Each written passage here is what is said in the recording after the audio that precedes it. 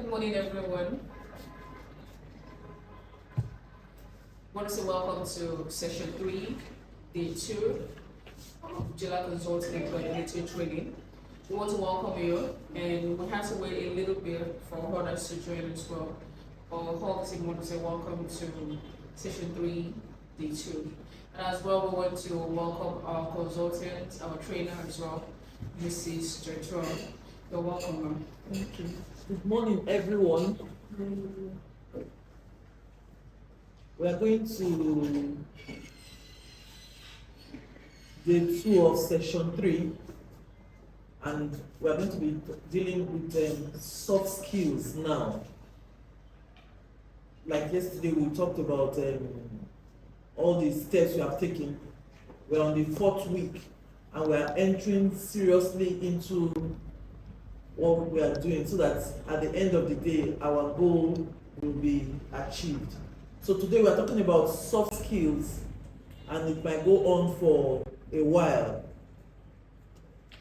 I said here, talent is loud at the beginning, skills is quiet, but it lasts long.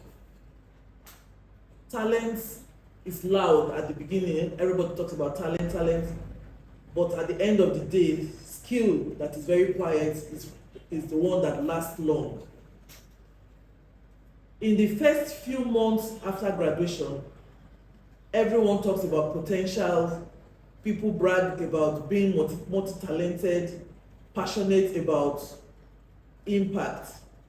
But when the conversation shifts to execution, deadlines, deliverables, results, the noise fades. When you are talking to people, they tell you so much, yes, I'm talented, I have this, I have that. But when the chips are down to the real delivery of that work, that is when they realize that what they have been saying all this while, they did not really have it. Like I said yesterday, a lot of people, let me say Nigerians,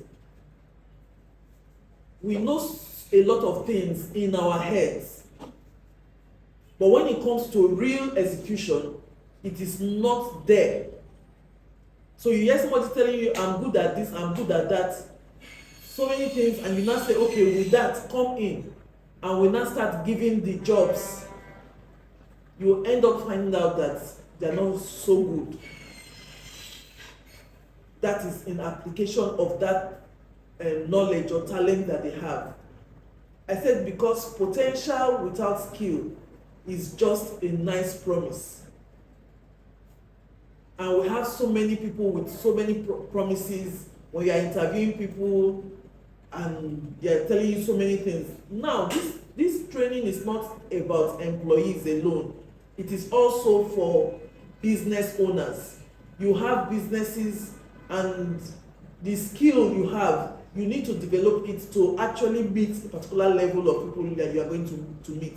So it has to do with both entrepreneurs and entrepreneurs.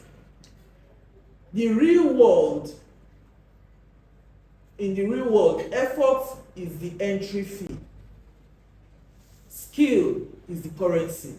In the real world, the real business world, in reality, effort is the entry fee, and skill is the currency. What do I mean by that? A good example, you can enter a supermarket, nobody will stop you. That's the effort you made to enter the supermarket. But when you want to pick something out of that place, the currency is money. You have to pay for that thing to pick up the product. So as an employee, effort is the entry fee to get the job. But skills is the currency that keeps you in the place. It is very, very key. It is very, very key. I said here, in Nigeria, we confuse certificates with competence. You hear somebody, like the story I gave some time back, a lady that came in to apply for a janitor with master's doctorate certificate, and I asked her, I said, did you check the word janitor? And she said she didn't really have time to check it. So, and it was almost a week we gave to them when that thing was announced. And she came to apply for the position of a janitor with a master's degree. She did a first degree, did the post, then did the master's, you know. And that's what I told her. I said, okay, go back and check the meaning of janitor. And when she came back and she said, no, that's not what she wanted. So you see, that person is carrying a certificate of I have masters and nothing to show for it. There was somebody else who trained in the office. I think she has already applied for PhD. Christy, you trained her to, you talked with her to when you came now. That lady, there was a lady that we talked about that you handled. Oh, okay. Yes, she has already registered for PhD. But that when you talk to her, that's even a secondary school person is more intelligent than that person. And you're now wondering, how did you get your first degree? How did you get the second degree? How did you get the third? And now you want to go for the fourth. In Nigeria, we go confuse certificates with competence. We chase degrees, acquiring certificates that we cannot defend. But the truth about it is that the marketplace rewards usefulness, not certificates. Because the certificate is not the one coming to sit on the seat for that job. The certificate is not the one you need to start your business. Most businesses, you know, when we were doing the research on very wealthy people, we found out that most of them, especially outside the country or within the country too, did not really carry certificates the way we are carrying certificates now. But they had some things that make them stand out. I said there, a builder's skill set isn't defined by what they studied. It is defined by what they can do. What can you do? Not the certificate. And for the past years now, over 10 years, far above 10 years, when we are doing interview, most times we don't even ask for your certificate to know what you did. Tell us what you can do. When we know what you can do, when you want to come in now, we'll now be asking for certificates. There are some people that have come, after talking with them, I will tell them, you see this master's certificate, hide it. You see this one, hide it. Just use your first degree. Because when you come out with all those certificates, they are expecting a lot. Your employers is expecting a lot for you to have those degrees. Can you defend it? Do you know what it is? We are not saying that school is bad, though, but we are saying that the value we are putting on the certificate, so we can pay. I said something during the training, one of the, I think at the beginning, I don't know if I said it was this training, of somebody that had an engineering certificate from a particular standard school and did not enter class. I think entered class once or twice. They paid the lecturers through. And he was telling me that it's not good with that thing. But when we now started talking, he told me something. He studied mechanical engineering. When we were discussing, he now told me that he can pieces a Benz car, that pieces it down and couple it back. So he was good with his hands. And I told him, do you know what? These certificates, you at least you're telling people that you are a graduate, you are an engineer. But you see that work, go back to that mechanic job, which he's good at. So theoretically, count him out. Yes, he has certificate, yes, he's an engineer, he carries that title. That's what it is. But if he wants to now go out to go and look for something, to go and look to work for somebody, except it's a mechanic job or a car company, yes. But when they now start asking questions, he doesn't have that. And I told him, yes, go back to Onitsha, do what you are doing, but you must go to adult education, because he could not really read and write very well. You know, so when we talk about certificates, we are talking about things that you can defend. Yes, we say paper qualifications might open the door, but only skills can keep you in the room. Employers, clients, collaborators are all looking for the same thing. What problem can you solve? When you are coming in, clients are coming to us now, they want us to work for them, to do what we need your assistance in something. What problem can GLAT give? We must know what problem we can solve. Also, as an employee, you must know what you can do. Not certificates. What can I really do?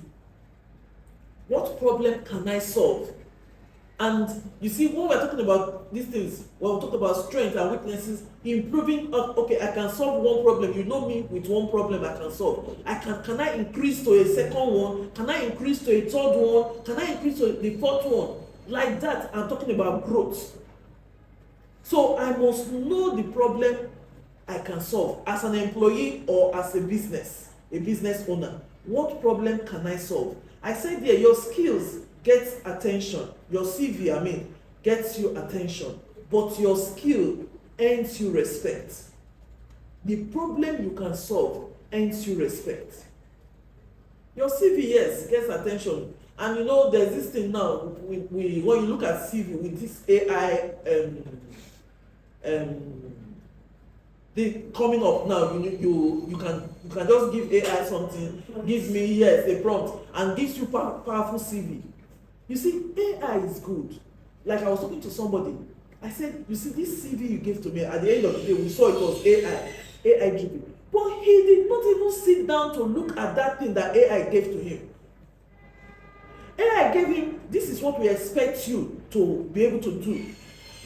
So it's not left for me to look at those things and start looking for a way to practicalize those things, so that by the time I come in, I should be able to defend that thing AI has given to me.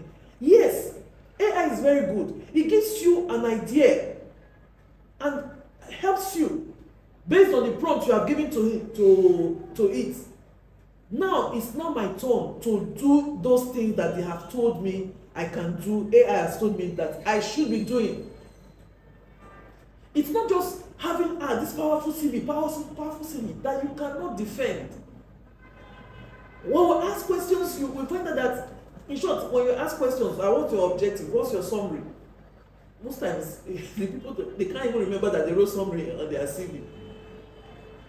They can't really say that. But you see, when you produce that thing with AI, go back and learn that thing. Let it be part of you. It now becomes you. Not AI driven now. AI has given you the standard and expect you to go and develop yourself into that thing. I said builders understand this. They treat new environments as a lab. Why am I using the word builder? I'm not using the word employee or employer. That's whether you're an employee or an employer, we are building something. So it makes us builders. We understand this thing. Let's treat every environment as a lab. I have never done this job before. I've never done this before. And you have an opportunity of facing it. Don't run away. Face it. See it as an opportunity to learn something new. You know, it's so funny. After over 20-something years of being an HRO person, when you are talking to people, you see, we talk so confidently about things. This is who I am. How many have you tried that made you settle down with that thing that you are saying you are? There's an adage that says that if all you have is hammer, that means everything around you will look like nail. In your toolkits, be exposed to different areas, try things, so that at the end of the day, you cannot say, I've tried this one is my area, this is me. But if you have not tried so many things and you are sticking to one thing, you are actually limiting yourself. This is what we are looking at. So we say builders understand this. They treat every new environment as a lab, testing and learning, improving. These are the things you're looking at. Testing your hands in something, learning something new, improving yourself. If you remember when we did the definition, we talked about somebody being a generalist, not just specialist. Develop yourself. When you have opportunities that come before you, don't run. Face it and give it a try. You might not achieve that thing, but definitely you'll be better than the way you started from that opportunity you had. I said, yeah, they don't wait for formal trainings. No. They train themselves through curiosity and consistency. You are finding out something, okay, this thing I'm doing, I'm not satisfied with it, and you are curious. You are actually moving from one place to the other, finding out things. Not waiting for, okay, I will now go and take this course, I will now go to university, I will now do this. Most times you find out that when we talk to secondary school people that don't have that university listing, that have handwork, they are far better than some quote and unquote university people that have certificates, that have degrees. So I should be able to try my hands on something. I'm not saying degree is wrong, please don't confuse me. I'm only saying practicalize what you are doing. Have a handwork, have something that you are doing to move on. And when you have opportunity to serve somewhere, don't run away from things that are new to you and just cancel yourself out of it. No, this is not me. Move with curiosity, find out how do I do this thing better, and be consistent with it. Consistency is the key word of what we are going to look at. So let's look at 5 major skills that we're going to be looking at. 5 major skills. I want to say something. When we talked about strength, there was one particular strength I didn't mention. It was actually intentional, but after talking to people one-on-one, I can bring it out to say. We talked about physical strength, we talked about mental strength, that's the mind strength, we talked about emotional strength, then we talked about the will strength. The will, your ability to make decision, emotion, be able to empathize, you are compassionate, and then the mind, the ability to think, intellectual capacity, then physical strength, your akpo leaders, physical work that you are doing. Then the 5th one that I did not mention is spiritual strength. Ladies and gentlemen, I want to tell you something. There are some levels you can't get to if you are not spiritually sound. There are people that were positioned, they were promoted to a particular place, before they even took that place, they died. There are a lot of battles that go on in the spirit realm. So whatever you are believing on spiritually, hold on to it. For us, it is Christ. We hold on to him to help us. You cannot do business without spirituality. That is the truth. Interview ground, we call it survival of the fittest. People come with different things. Somebody can just come and say, I'm not confident, and has used something to make sure that every other person will make blunder. There was an interview we conducted for MTN, the first time MTN came to Port Harcourt when I was working. It was the company I was working for. We actually conducted that interview for MTN.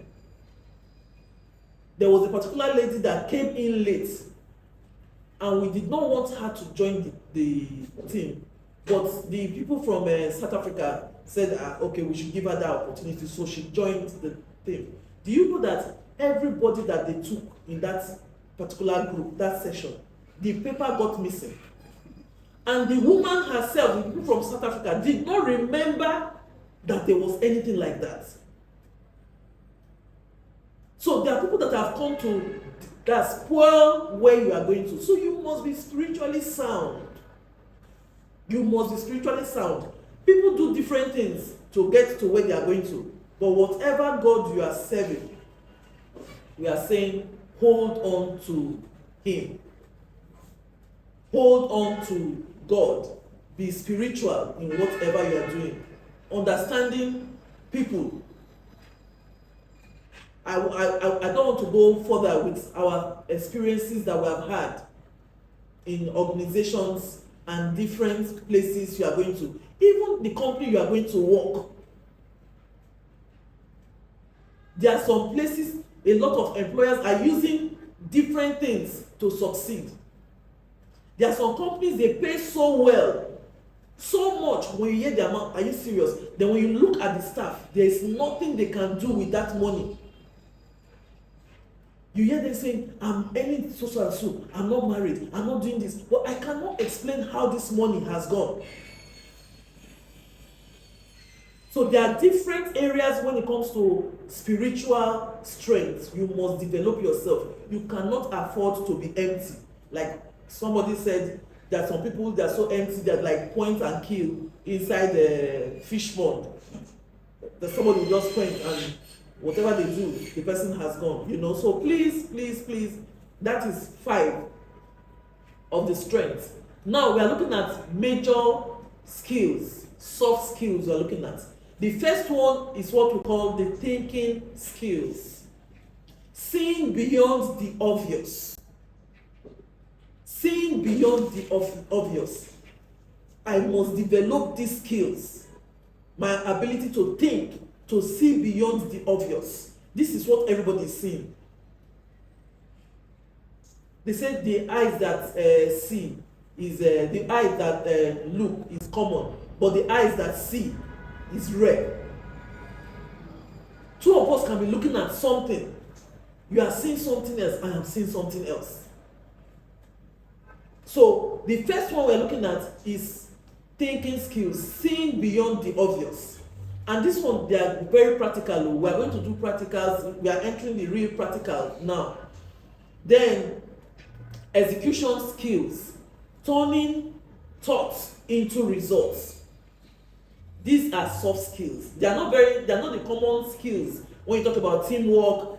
I have team spirit. Do you know that personality style that we did, that training, handles team spirit?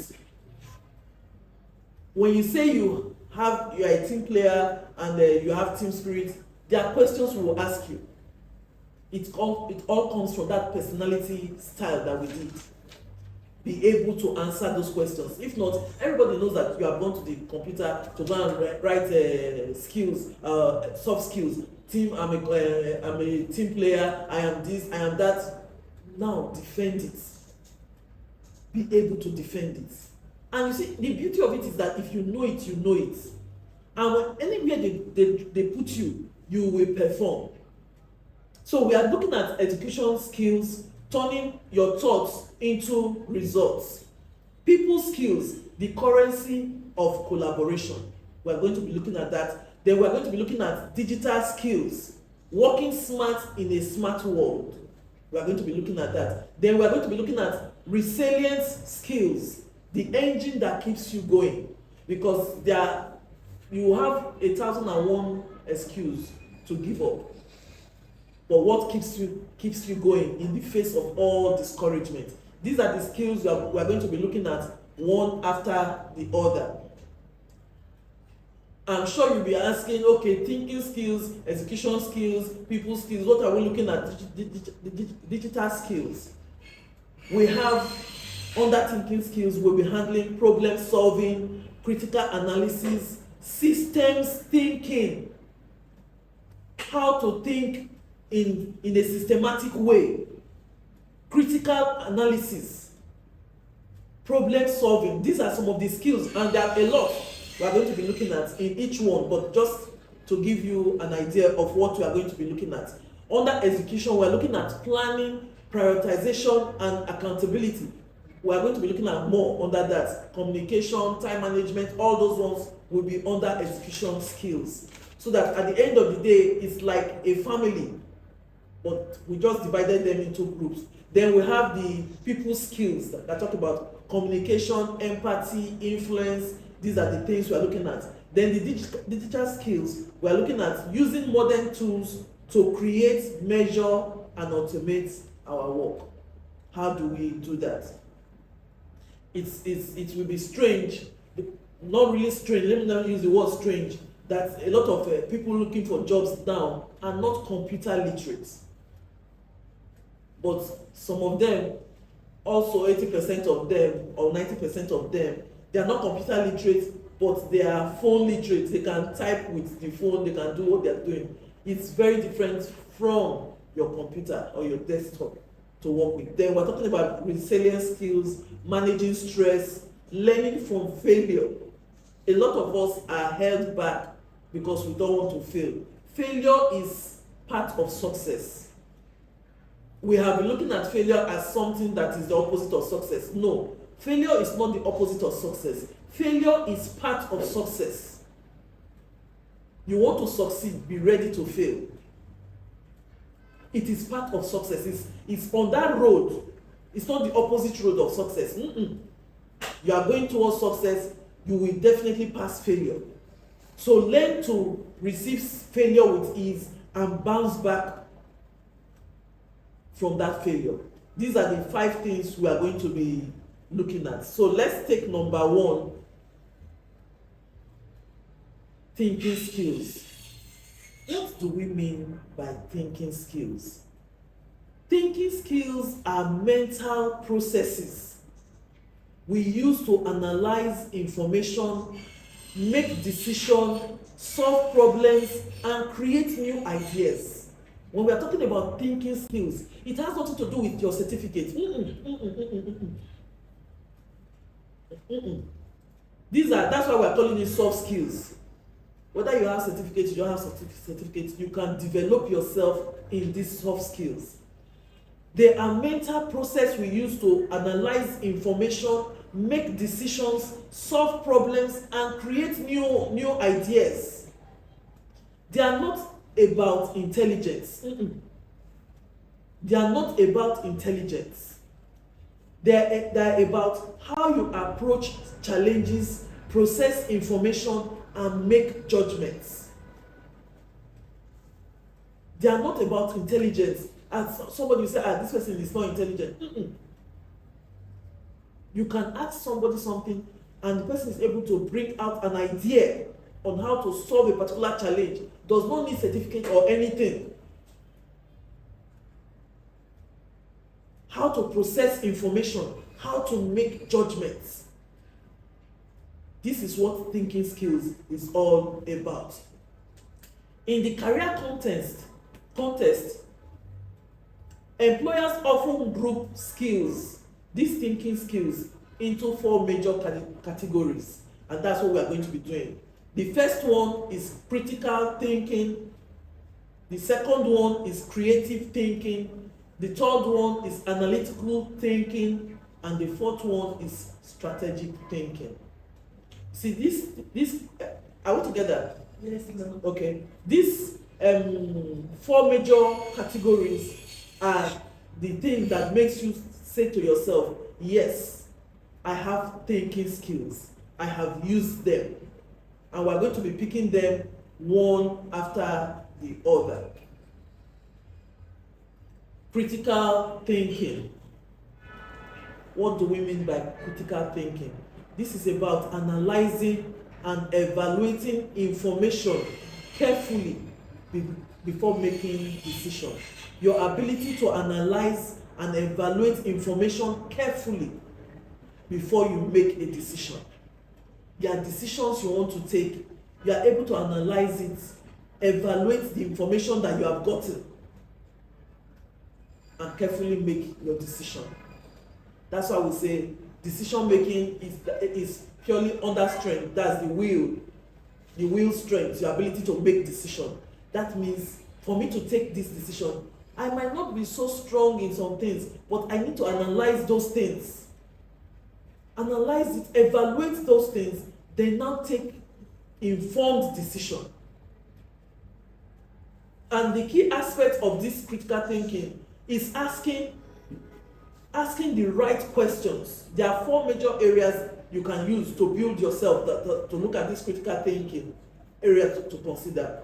Asking the right questions rather than accepting things at the face value. know how to ask the right questions. Why is this thing like this? Why is it not like this? We are going to do an assignment, but I was just thinking when I was doing this, preparing this thing, I looked at, it's always easier for us to do when it's on set training. We can pair you up to do this assessment. But now that it's online, for those online, we cannot pair you up with somebody. You have to look for somebody to work with, or you can go lone wolf and do this thing. Asking the right questions, because we are going to give you an assignment which you are going to work with, and it has to do with why you came here. Why is it that they say, well, after graduation there is no job? Do graduates just come out and just know that there's really no job, and the economy is bad, one reason or the other? Have you sat down to analyze why is there no job in Nigeria? Why don't I get the job that I desire? So when we do a lot of questions, you ask the right questions, rather than accepting things on face value, you will stand out as a critical thinker. Identify assumptions and biases. Everybody just assumes in Nigeria everything is difficult. And we just assume that and just go ahead with it. Oh, this is how it is, this is how it is. And we all just flow. I like talking about the ego. The eagle is one of the highest flying birds on earth. And if you look at the Bible, they talk about eagle. But you don't go to eateries and see eagle meat. That okay, we have chicken, we have this, we have eagle. It's not served as part of delicacies in food.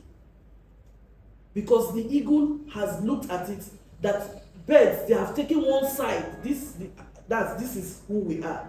We flow in the direction of the wind. If the wind is blowing like this, they call themselves we the masses. I am not part of the masses. I am out of the masses. You hear somebody saying, we poor masses. Minus me. I am not part of that thing. You must stand out to know who you are. Be a pace setter. The eagle is the only bird that flies against the wind. When the wind is coming like this, all the birds are following the wind. The wind helps them to flow. But the eagle is the one that stands and says no, looks at the storm, the way the wind is coming, and say, this is what I will use to go up. It is that storm that is coming against that the eagle is standing against, that the eagle bird uses to soar. The same storm that everybody is running from and is blowing everybody, the eagle says no, this is not me, and stands and understands that storm and soars with that thing.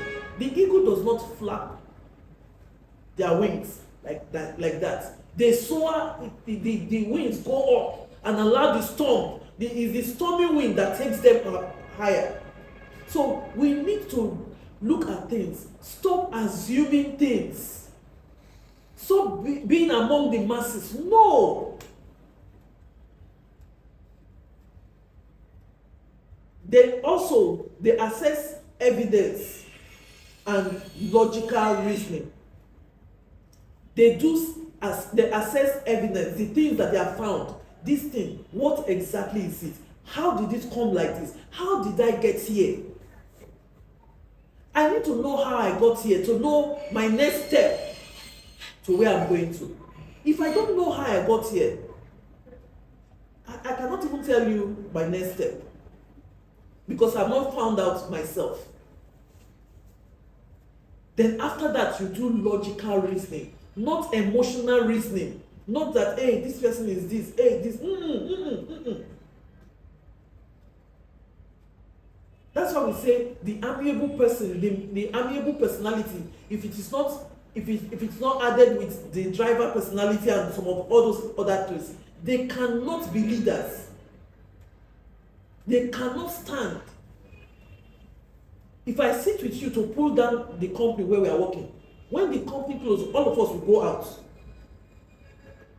But when I'm standing here as an employee, this thing cannot be, because this is the impact it will give to us. So now you have critically understood the side effect of things, and you are not talking to your colleagues or to your people, your team members. We can't do this. If we have to do this, this is what, if we keep at this is the result. So we must have this critical thinking, make well-informed and balanced judgments.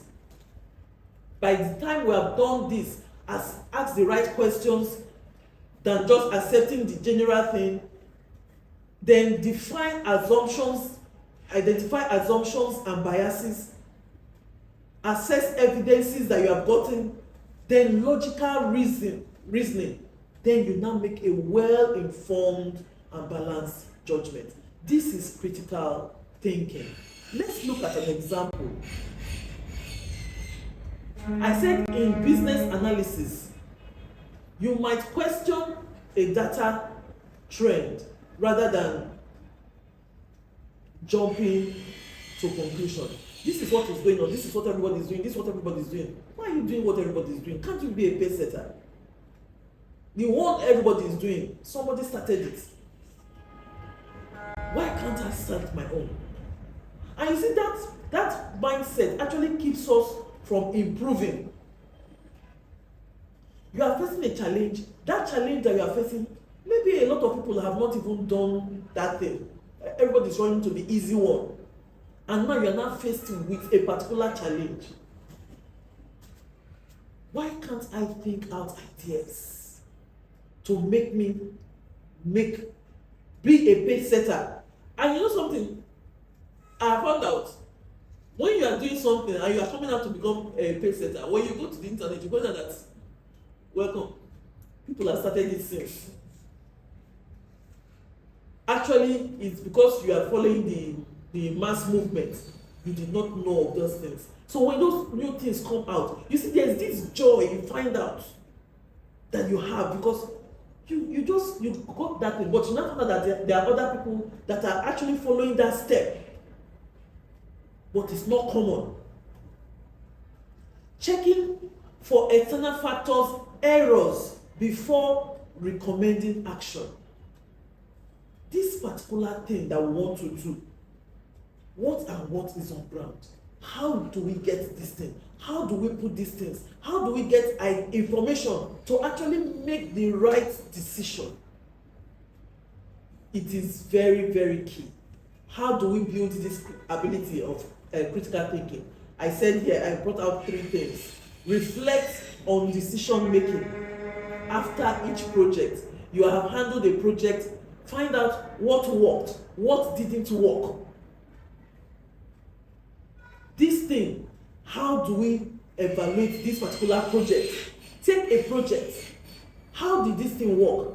Why did it not work? Which one did not work? Pick out those things. Your ability to pick out those things. A lot of people don't like that evaluation or self-assessment of a job that you have done. Can this job be better than this? We just relax. We are in a comfort zone. We don't want to improve. This project that I did, what was the result? How was I measured? Can I do it better?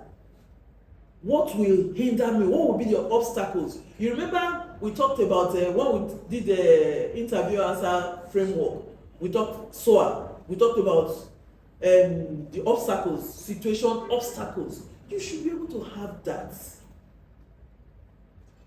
Have a lot of things that you have conquered, and I'm sure everyone I'm talking to that is listening to me right now, you have conquered so many things, but because we have not arranged those things to see the obstacles, to know exactly the obstacles you faced, the next obstacle you see, you will run. But when we look at your stories, there are a lot of obstacles that you have handled, even greater than the one that is facing you right now. But because you did not see it as that, you will just withdraw. You will give up. The other thing you look at to build this ability, seek out opposing viewpoints. Try to understand them. You have come with this viewpoint. Have people that will bring out the opposite of what you are saying.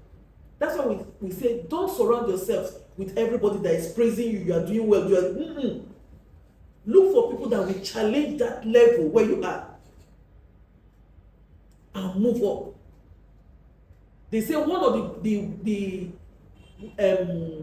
the greatest challenge of a leader is having around them the yes people, yes. People that cannot challenge your thoughts, people that cannot challenge your actions. And most times, a lot of us are comfortable with everybody saying, don't worry, you are good. You won't go far with such kind of people. You need people to challenge you. Not in envy. No. Not in, how will I say it now? Apart from envy, I don't know any other thing. That's not negatively. Not to pull you down. But to challenge you to your next level. You need such people around you. And a lot of people run away from people like that. They say she's too critical, he's too critical, he's just like this. You see, I like that word. She's too critical. That's critical thinking. He's too critical. That's critical thinking. Which is what we're looking at, soft skill to move forward. Take time to pause and evaluate before reacting to new information. Don't just swallow new information like this. Sit down. Reflect on what you have heard and now take decisions to follow those things. These are ways to improve our critical thinking ability. Let's look at the next one. Creative thinking. You know that there are four. We have done critical thinking, we are doing creative thinking now. What do we mean by creative thinking? This is the ability to generate new ideas, seeing connections. I want us to listen to this part very well. Seeing connections and solving problems in innovative ways. The key aspect of critical thinking is brainstorming freely without judgment.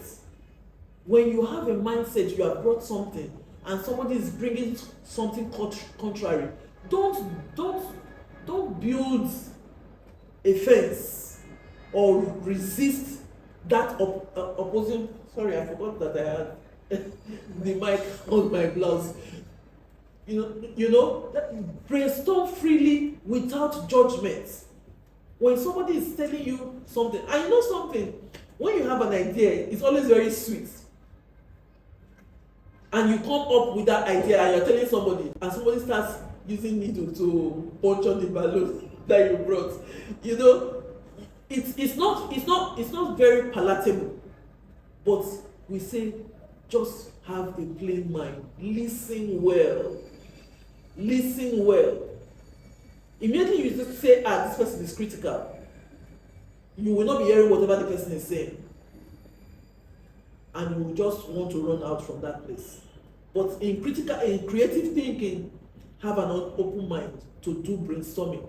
You are brainstorming with somebody or with people, and you are saying you want to see different opposing ideas. Then, the next one, combine unrelated ideas. Your ability to combine unrelated ideas. You see, now we are harmony in the training room.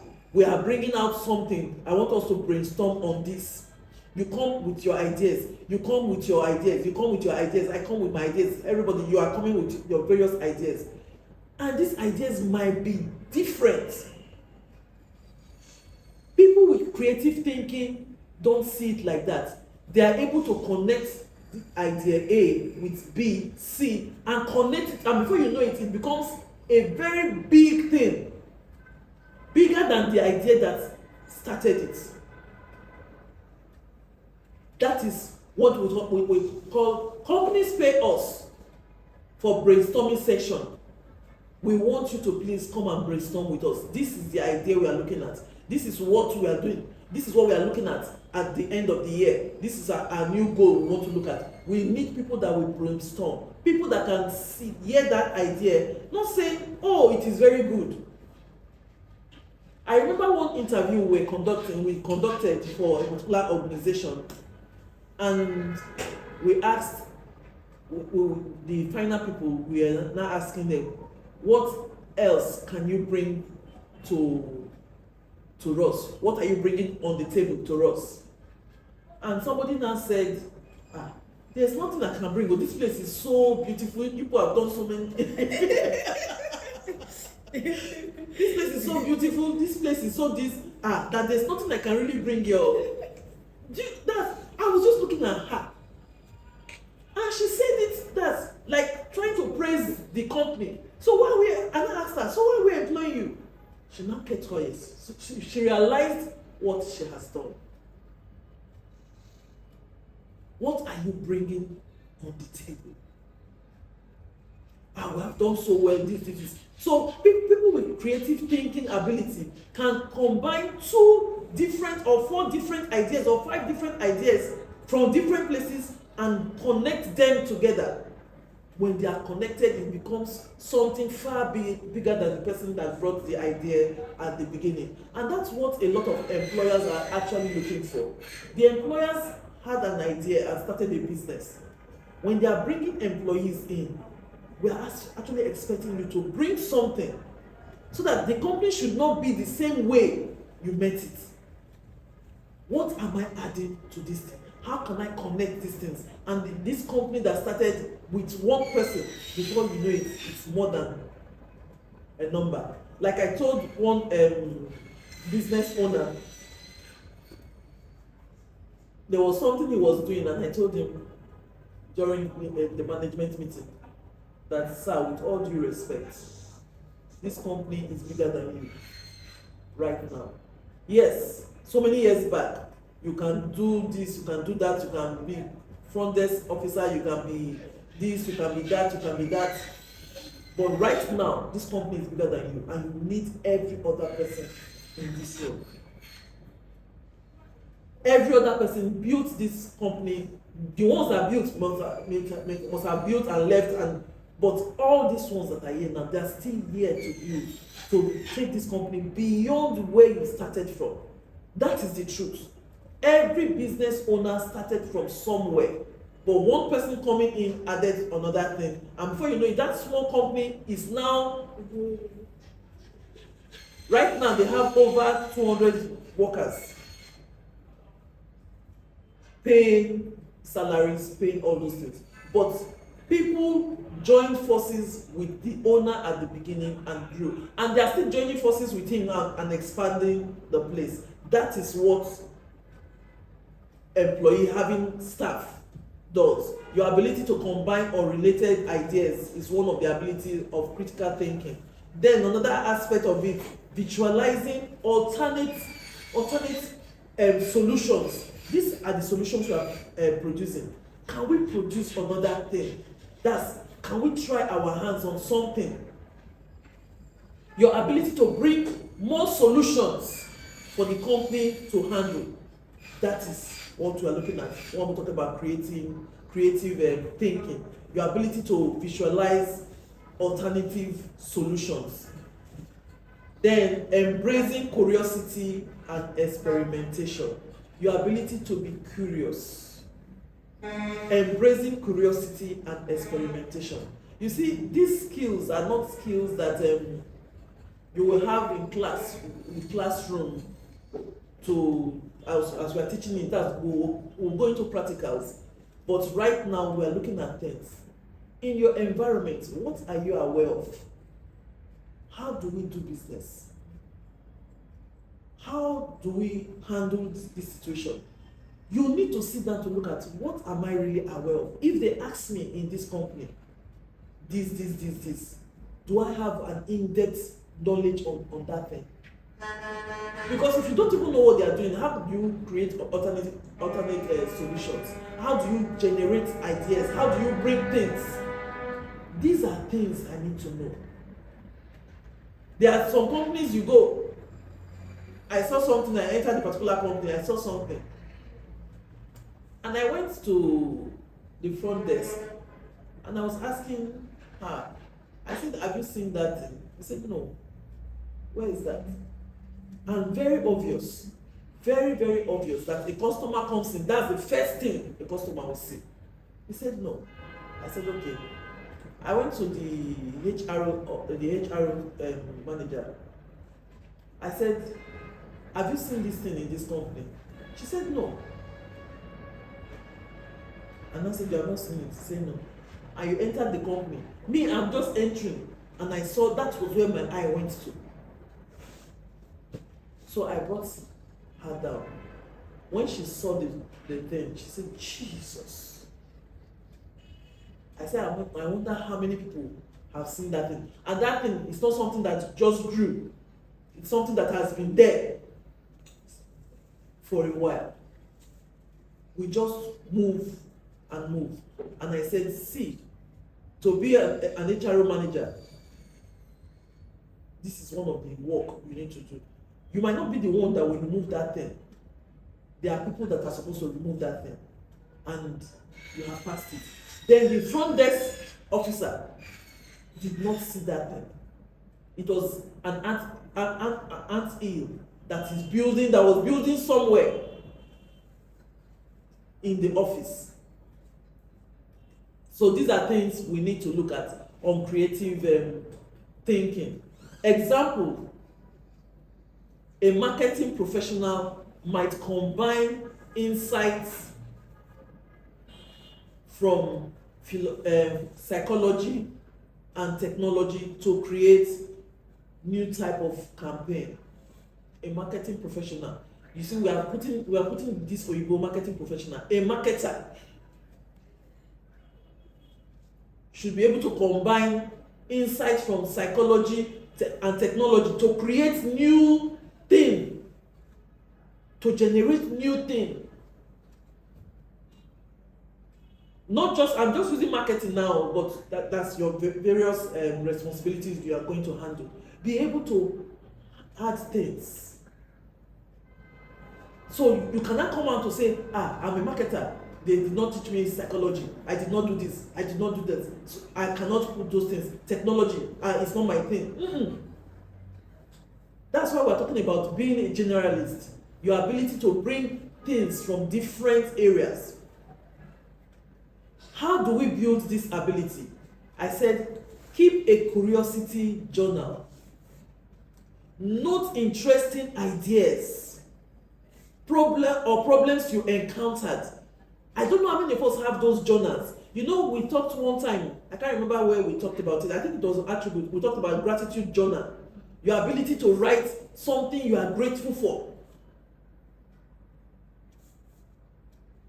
Now we're talking about curiosity journal. Things that are interesting ideas that you got. Then problems you must have encountered. In those things, do you have those things? And how did I solve that particular problem? How did I handle this thing? These are key areas we develop ourselves. You see, in this development that we are talking about now, nobody is seeing you keeping curiosity journal. Nobody is seeing you keeping journals of problems you have faced. Being able to write it down. Do you know that somebody will come in and tell you, I have problem. Okay, what's the problem? Then the person will tell you, I don't really know. You have not even been able to define the problem you have. So how are you saying you have problem? I'll say, okay, calm down, sit down. So tell me from the beginning. There was somebody that, in short, she sent a message, please, I must see you now. And it was public holiday. I said, please, can you tell me what is happening? She said, I don't know. I said, you don't know. So I should leave my house and come to the office. Then we'll now sit down and where do we start from? So let me ask you some questions and answer them. By the time we got to, I think it was the 5th or 6th question, he said, man, don't mind me. Oh. Do you know that I'm not really serious? I said, yes, you are not really serious. So I should have left the house and come to the office for you to for me to find out that you are not really serious. But at the end of the day, a lot of us are in that situation. So that's where you need people around you to help you. Even if I am developing myself, this area I need to know how to do it step by step. So that when you stand out, you are like a star. But you did this development alone, where nobody saw you or whoever was training you helped you. We said another thing to build this area: expose yourself to diverse fields, arts, science, philosophy, different areas. That's why the internet is a very good, this AI and all these things are coming up, and this Facebook, you will learn so much. You know, a lot of people go to Facebook and learn other things, but when you go to Facebook and all this, sorry to say, this TikTok, I've not really seen anything they're really doing. I think my husband, I don't know, I think maybe it's the people on my phone numbers, because TikTok, you see, there are different kinds of different people doing, they are showing you their chest, they are showing you their back, they are doing different things. I just switch off. But I know that there are some trainings there on TikTok. So when we were talking about GLAT, we were talking about, I said, I beg, TikTok. But somebody actually advised that we can still put some trainings there. There are some things that I said, okay. But if you look at Facebook, you learn a lot of things. You look at YouTube, and you know the good thing about YouTube, you type what you are looking for, you know, you are able to, you can learn. That learning has been made so easy that we can exploit those ideas and those areas and develop ourselves. Then we said there also, practice brainstorming without featuring ideas too early. When you are brainstorming and you are getting ideas, don't just throw the ideas to, no. Those ideas, weigh them before you discard the ones you want to discard. We said these are 3 areas to develop your creative thinking ability. Now let's look at the 4th one. The 4th one is, the 3rd one is the analytical thinking. This analytical thinking actually bridges critical thinking and creative thinking. The analytical thinking is the bridge between critical thinking and creative thinking.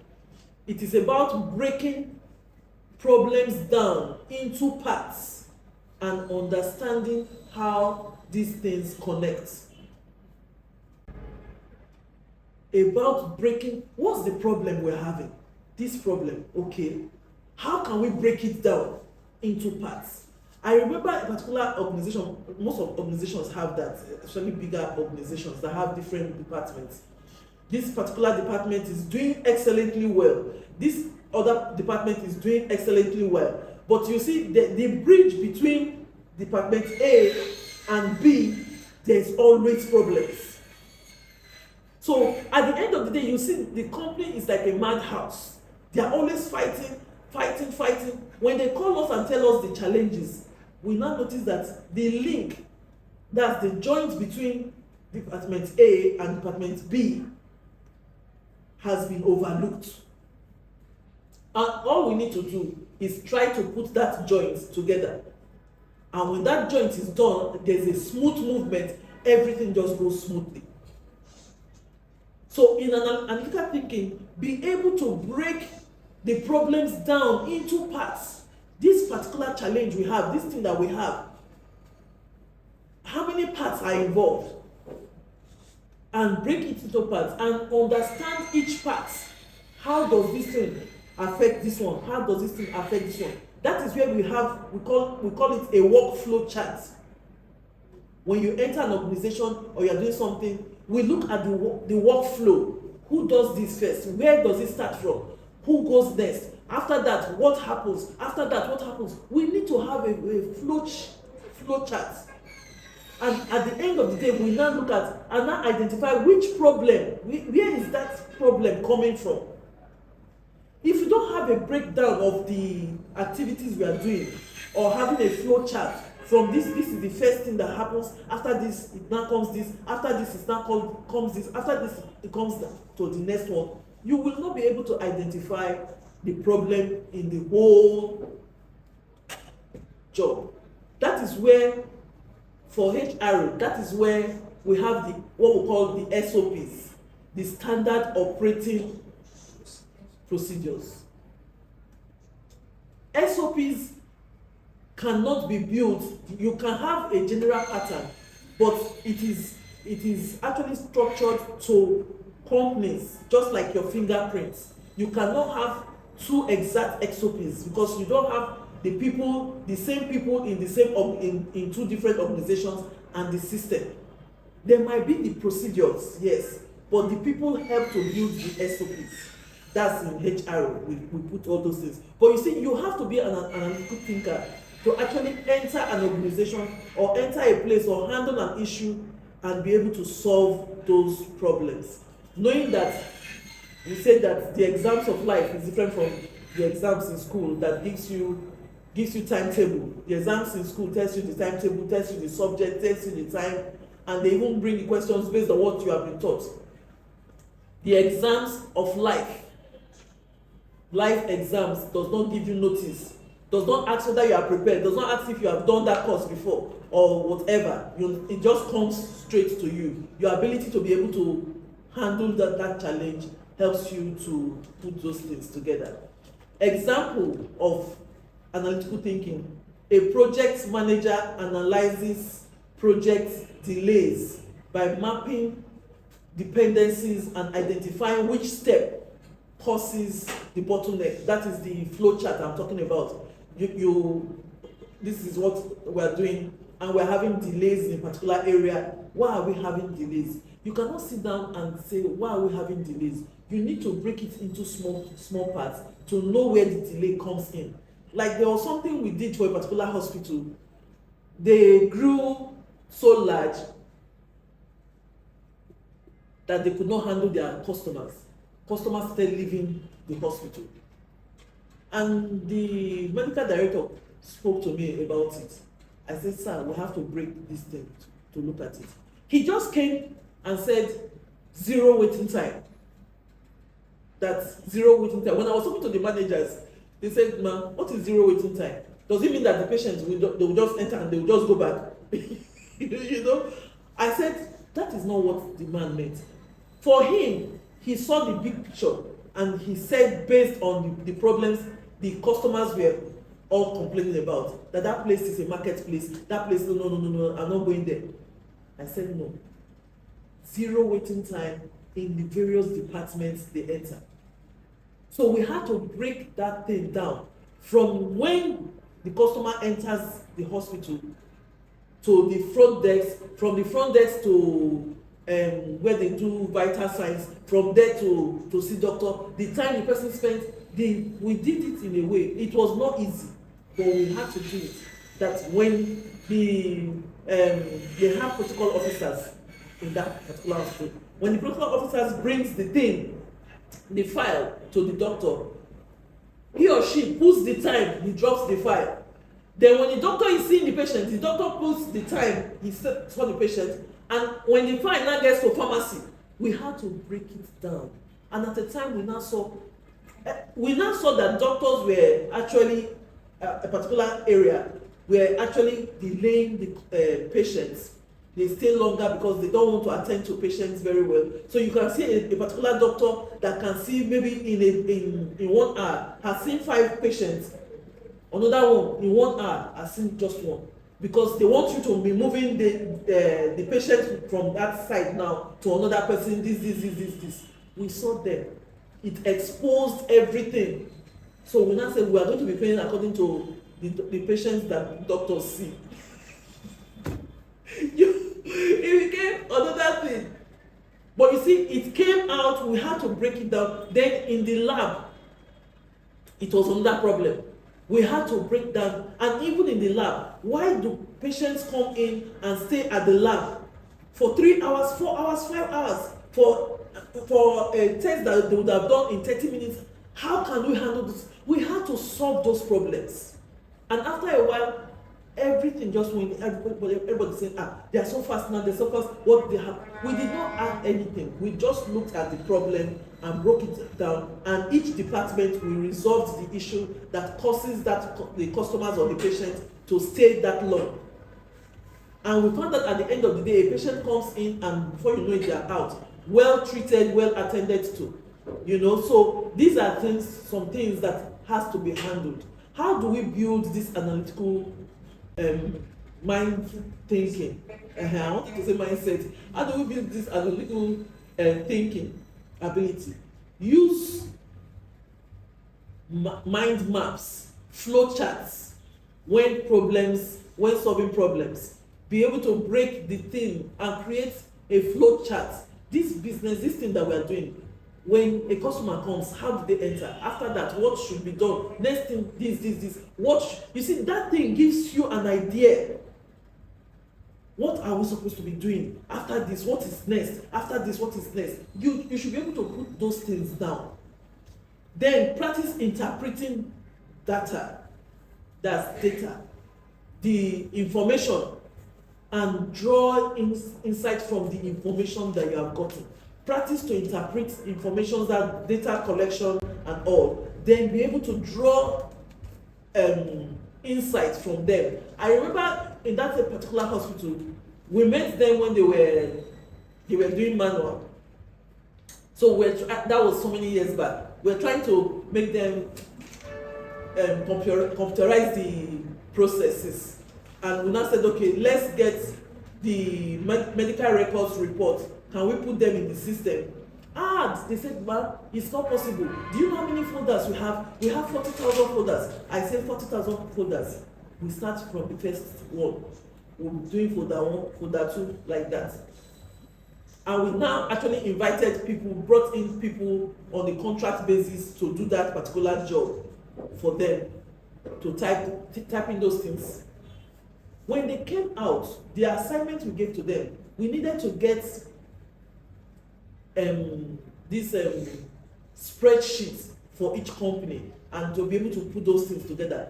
Then there was a particular company we were doing for. We saw that at different times in a particular season, almost all the staff came to see a doctor, and the reports that they gave, the diagnosis that the doctors gave, was similar to all of them, but they did not come the same time.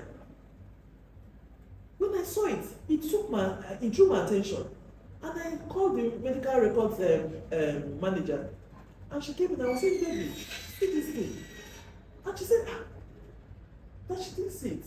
You see, from that spreadsheet, we were able to draw out something, and we now took it to the medical director, and we now saw it. We now said there's something wrong in that place, and that particular period, and not 1 year, not 2 years, we saw those things, and we were able to go to that company. I suggested an idea and said that we can do a training for them. The doctors will do that, create an awareness on something, but before we come to do that training, we must analyze what triggers this particular thing in that organization. And we now saw it was a particular chemical that they bring in. They never knew it had side effects in that particular environment, and you know, it's an oil and gas company. The ACs are always on, and they have chemical inside. They are inhaling the thing. They didn't know that something fume was coming out or something. So, which was what gave the hospital enough business for almost 3-4 years doing that refreshers course for them and all. So we also said here, play logic-based games and puzzles.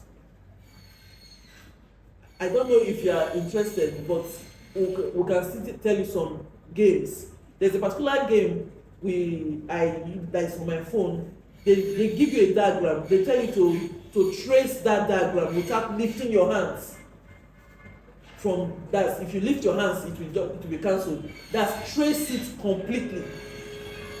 These things are, we call it brain exercise. Before, we used to have it when there was no computer, there was no phone games and all those things. We have this thing, we put some, we call it 9 dots, and tell you draw the line without breaking. But there are so many games now on the phone that you can work with, and for brain exercise. You exercise your brain, the one of mathematics, thinking, that's your thinking ability. Your ability that there's some, they just tell you, they give you, there's this simple mathematics that they will tell you to create answers, put all those things, and has, is it cross math? Is it cross math? So you put all those things and answer them. So such things, you download it in your phone, and from time to time, just give 30 minutes or 1 hour. You might not feel that you are doing something, but after a while you see yourself, you are thinking on your feet.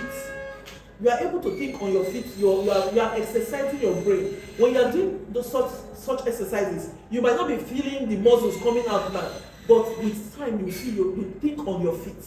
As things come out, you are doing them. So that's analytical thinking. Let's look at the fourth one, which is the strategic thinking. This is the application of thinking skills put together for long-term goals. This is the application of all the thinking skills, the critical, the creative, then the analytical, to now generate long-term goals. This is, we call it strategic thinking. It means seeing the big picture, connecting daily actions to future outcomes. We say something, when you set goals, we ask you, tell us your 3 years goal, 5 years goal. If you tell us the 3 years goal or 5 years goal, I will ask you something like, what do you do every day? And you are telling me something you do every day, or maybe 1 week, and nothing shows that thing you are doing daily is taking you to the direction where you are going to. We say it's not a goal, it's just a wish. A lot of people have a lot of wishes, not goals. Because when you set goal, every day you are working towards that goal. Even if it is 5 years, 10 years goal, every day I am working towards that goal. Something must show that I'm working towards that goal. If not, it's a wish. And at the end of the day, we find out that there are so many people that have wishes and not goals.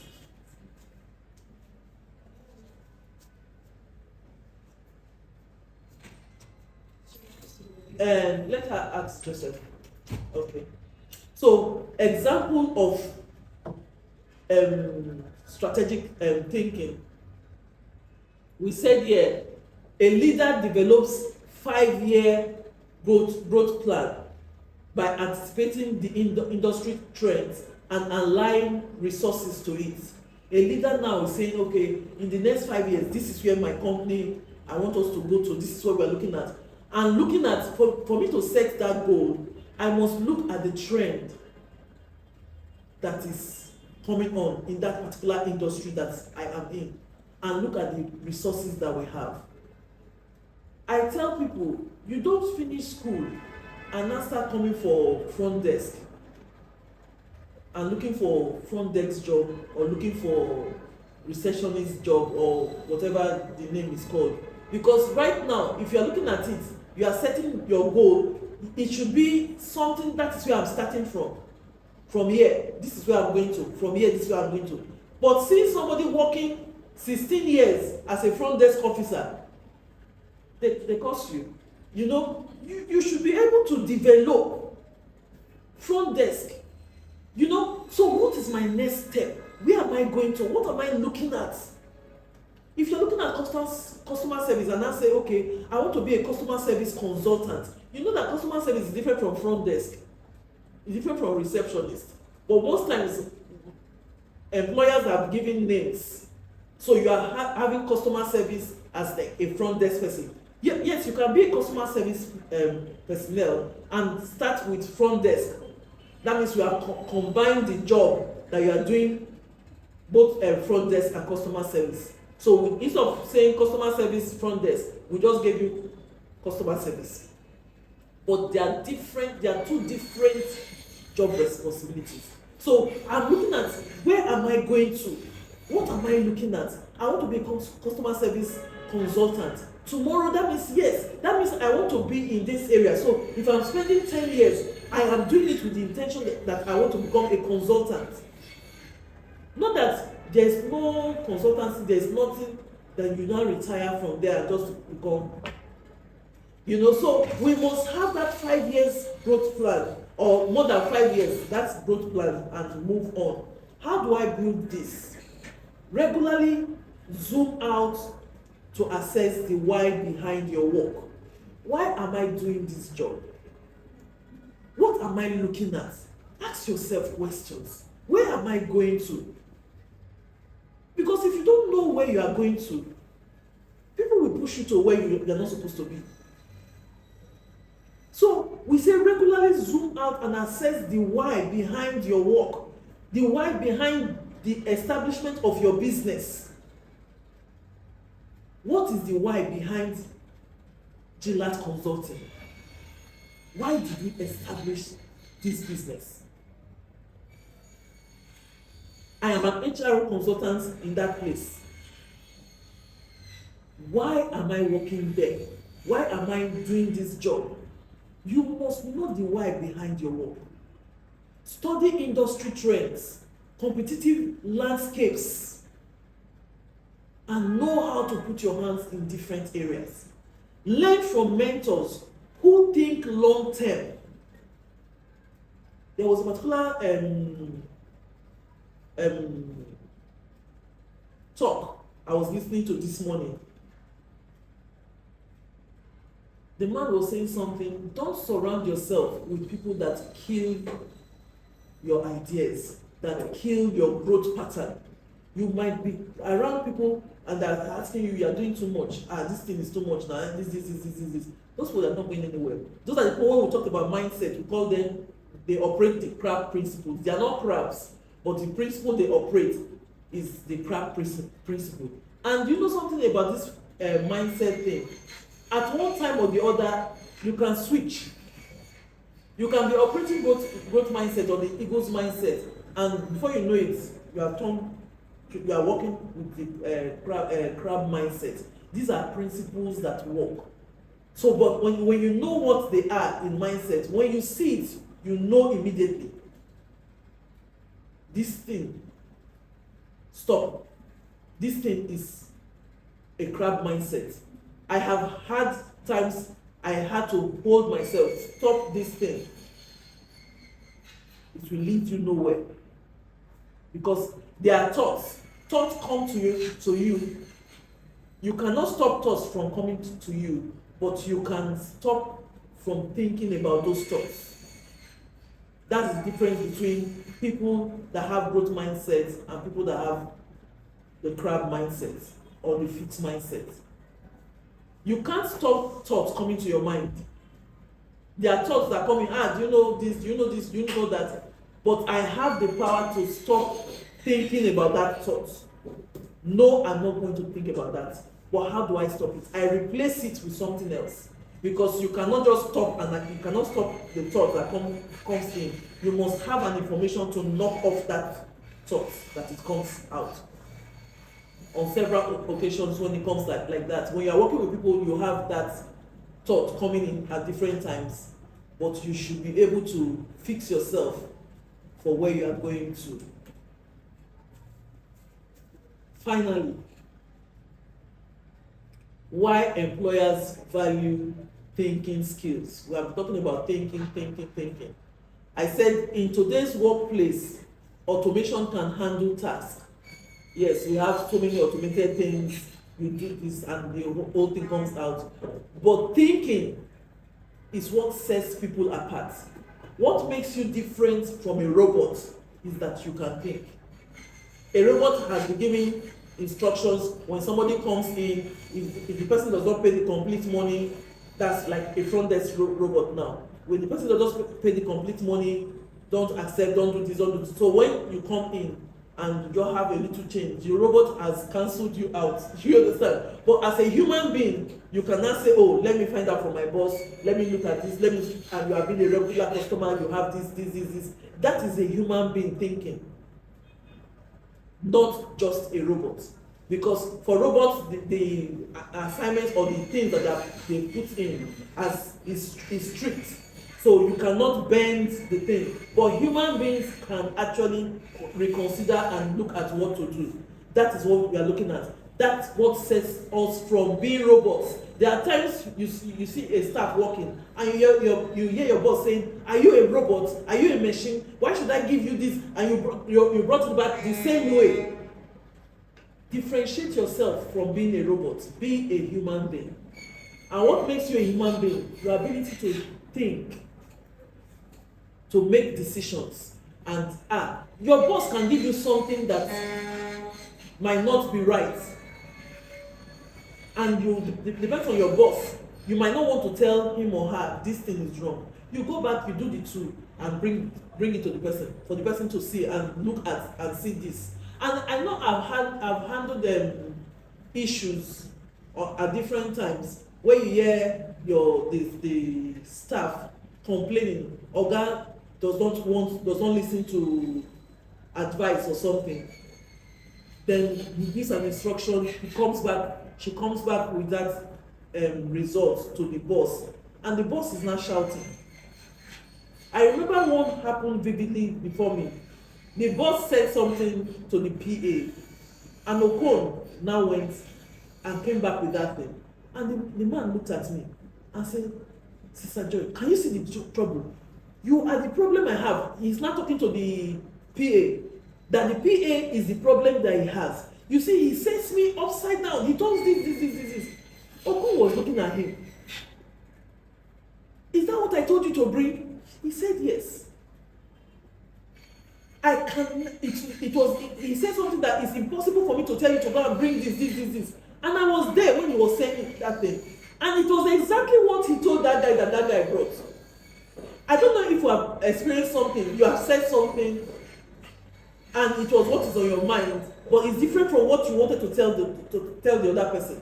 And now the person is doing that thing, and you are so angry. If I was not there, nobody would have believed that man. That was what his boss told him. So when he turned and looked at me, he said, Sister Joy, were you not here? I said, yes. That thing Mr. Okon said is exactly what you told him to bring. And he said, are you serious? I said, yes, sir. Oh no. Okon came to meet me. He said, Consultant, thank you that you were there. You saved me from, because he's somebody that is, how would I describe him? He's a driver. What he has said, you should follow those things. But if I was not there, there's no way you would have convinced Odo that it wasn't what you told that guy. You now say, oh, I'm really sorry. Do you know, I don't know. But that was what was in my mind. I was thinking of doing that, but that was later. But that was exactly what he told Okon to do. So you see, when we have these things, we need people that we think. And Okon was saying that he was thinking, why did Oga say this? But you did not ask him back. I said subsequent times, ask him, Oga, this thing that you said, are we supposed to do it like this? And on several occasions, he now said, this one reminds me of those things. So we can work with that. We need people that can think. We don't want, in those days we used to say, we don't want zombies. That's robots now. Think. That's what makes you different from a machine. Employers are looking for professionals who can solve new unidentified problems. I like that. Employers want people who can solve new unidentified. That's, they've not identified the problem. That's, you see where creativity comes in, different things comes in. I have something that happened in a particular company, an oil and gas company. They are into wireline. The first job, I know the owner of the company, the first job, he was working in Slum himself and the wife, and they both retired and started their own business. The first job they did for Slum they did it for free. It's very strange for a Nigerian company to do that kind of job for a multinational and did it free. Somehow Emeka, that thing Emeka did actually took him from being an ordinary Nigerian company to an international company. Stormbj did not believe that they did that job, and you know that job is oil and gas. It's not small money. It's not a 5,000 naira job. It's not 100,000. It's in millions, and they did it, and did it free. All of a sudden, the name of that company went straight to the headquarters outside the country, and they told him that okay, tell us what you do, this. If they want to do any job, it's when that particular, I don't want to call the name of the company, it's when that particular company is not doing it, they now send it to Nigeria. So Emeka used that thing to go above Nigerian corruption. But that was not what he had in mind when he did it. He just wanted to just do it. He had that leading, and he did that thing. And he set him outside that particular terrain. So that particular company, I'm trying not to call the name of the company, that particular company now grew above corruption, Nigerian corruption. If you don't kick back and kick front, whatever, they send that job to him. And the Nigerian workers now started planning against him. But he had a team that goes offshore, and in their recruitment, they are very strict in their recruitment. He doesn't have patience for people that are not going anywhere.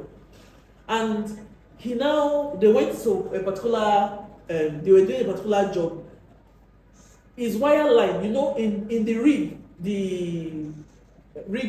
people listening to me now will understand. In the rig, there are so many companies doing one particular job or another job. So this particular company does his own part. When you finish, another company comes in and does the next part, like that. So what these people were doing, they had to wait for the company that was to do a particular job before they can come in with their wireline jobs. But this company that comes before them is a foreign company, and they bring in white people. And you see, they didn't really have enough hands. So at times, their jobs that is supposed to be 2 weeks job or 3 weeks job takes about 4 weeks and eats into this particular company A. Let me call this particular Emeka's company A. Comes to company A. So when company A enters, after this other company has done their own job into their own system, they are not able to deliver at that particular time. So it was giving them problems. One of the days, some of the staff went to the rig when it was their time, and one of them called the boss and told the boss that, said, "Sir, this thing I can do it. There is really nothing in this thing that this other company is doing." And Emeka said, No. You can't do that, because if you do it, we will not be paid and they will accuse you for doing that thing. The guy looked at the whole thing and told the boss that, "Sir, this thing is actually affecting our job. I want to go ahead and do this thing. And when they come in, I will put in my resignation, just terminate my appointment. But let them know, let's not be just know that we can do this job, and they don't need to delay us from doing this particular thing." These people have not come to the rig, so they were there. And meanwhile, company A has been there for about 2 weeks, and their job is for 2 weeks again. That's 4 months. That's 4 weeks to do those things. When they give you a particular job for 4 weeks, that means that ideally you should be able to do it in 3 weeks or 3 weeks plus. Now they spent 2 weeks already offshore, and these people have not even surfaced. So this guy went ahead and did it. Emeka's heart was in his mouth, and he did the job, and they now did their own, and they finished that exact 4 weeks. So when they finished, that was when that other company, those people came in, and before you knew it, emails was flying everywhere. They broken contract, they done this. Emeka, they called Emeka from the head office. Emeka said that, he feigned ignorance. That how can my staff? No. If he did that, he's fired. If he does that, he's fired. This is. He was just raking and all, but he was afraid. And the nurse said, "Good." Nigerians were sending that from Slum Vijay now. They were sending emails, firing them in this thing that Slum Vijay, this, Emeka, this, because they know that Emeka is the foreign people's main person. He was so afraid. He was thinking that they will lose that job. Do you know what happened? After about 2 weeks, they did not give any response. He was so afraid. The guy was in the office, came back and all. And at the end of the day, they got a mail from France actually commending them and telling them that they should actually invoice that thing to them, that they will be paid. It was strange. It was strange. Even in the Slum Vijay in Nigeria, they did not believe that thing. And they now asked them, do they have a company that has to do with that? Emeka said no. And they now told them that they should open a company based on that area and let them do it. Now, that Emeka has 2 companies. I don't want to call the name of the company because it's a very popular private oil and gas company. They have 2 companies. They are companies that slaughter. 2 companies. Then guess who is the MD of that new company? The guy that He's still the MD of that company till date. As Emeka opened that company, there was no other person to put. He stood out with what he did. And that was what brought the second company from this particular company to that company. And they are both running effectively well now. Your ability to solve new unidentified problems, it is very, very key. It brings you out. Adapt to change. Communicate reasoning clearly. Your communication should be very clear. The reason, you see that guy called the boss, sir, this thing, this. He actually put it and told him that when the worst comes to I will resign. Communication is very key. Communicate reasoning clearly. We must be patient in communicating reasons clearly. When I was talking about Mr. Okon, you see, that man said something, it was in his heart, but he don't know what his mouth said was different from what was in his heart, you know. And Okon, knowing that this is not what he should have told me, did not ask him to reconfirm. He just went straight Zoom and went to do that. Employers want people that can communicate reasons clearly. Want people that can drive innovation and continuous improvement. Are you the same way, or is the company where you are working the same way, the way you met it? And if you are a business owner, the business you are running, is it still the same way, the way it started? There must be continuous improvement. We must continuously improve. Like somebody said, the largest room you can ever have is improvement. You will continue to improve and drive innovation and move. These are some key areas that employers, why employers value the thinking skills. With that, we come to the end of this training. We have just done only one. That's thinking skills. Now, you will take our, what I called JC, that's Gillard Consulting Thinking Skill Test. We are going to put the people that were in the class, we are going to send it to them. We gave you an assignment and we said, send it to us. We are not going to force you to put deadlines. You were in school, you have 9 o'clock lectures, you have exams, so your life has been so programmed with timing. We want to give you liberty. answer and bring. If you like, bring the answer in December for that assignment, or bring it in 2026. No wahala. We will give you this after you have brought that assignment. Send it to the mail, to our email, and for those who have sent it, we will now send this test. Let's do that. And this test will have practicals.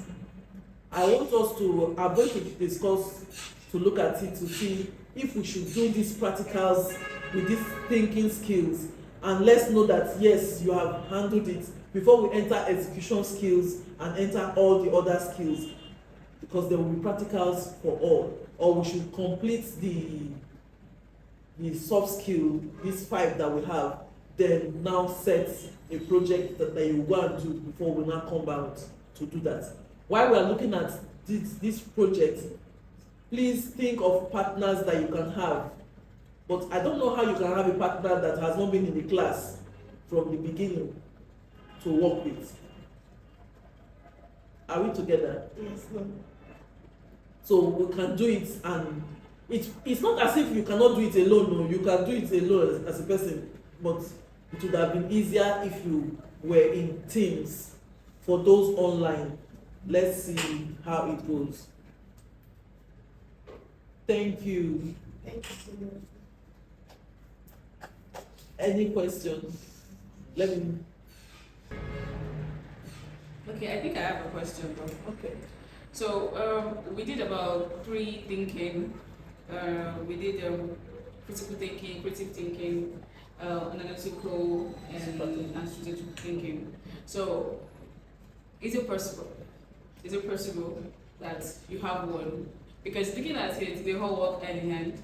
And looking at the other one, which is analytical, is a combination of the first 2. And as well, the last one, which is strategic thinking, is now The like overall. the overall. Is it possible to someone say, "Oh, I'm a critical thinker," and the person is like, there's no strategy to this thing you're doing. I don't know. I'm just trying to split it together. Is it possible we have someone that has just one of it? Let's say the first one, to be a critical thinker and not be the rest, not be creative and all of that. Yes, you have people like that. That's where development comes in. Sorry. Okay, sorry. Yes, you have people. From what we have trained now, you will see areas of development. You remember when we were talking about strengths and weaknesses, we talked about growth edge. Now you have identified where you are and the steps you need to take. For you to stand out as a solution provider, your thinking skills should be up to date. So you now know where you are. I think I said, was it today or yesterday, that you cannot say the next step when you don't know where you are now. So you know, okay, yes, in the area of critical thinking, I'm in, but in the area of creative, I am not. In the area of strategic, I am not. So now you know where you are, so you cannot develop yourself. That's why we are doing these exercises now. So you need to try your hands on those things and now know how to improve it, because these things will solve the real life issues that you are going to be facing. So it's possible to be somewhere or in so many places, 1 or 2 areas, but you cannot improve yourself to the next step. Okay. All right. Thank you very much, Mel. Thank you so much, Mel. It has been a wonderful time with you. Thank you very much, Mel. As well. Okay. We've come to the end of the class. We want to say thank you to everyone that joined. We want to say thank you so much. And to be honest, this was really, really an interesting class, and I'm sure we all enjoyed ourselves. And thinking, for us that have not been thinking so well, it's a challenge for us to think so well right now. And there's a test to take. That's after we've submitted the first assignment. Once you're done with the first assignment, definitely you take the second test. And you take the second assignment, which is a test. So thank you so much, everyone. Thank you very, very much. And do have a wonderful day. All right, bye. Bye.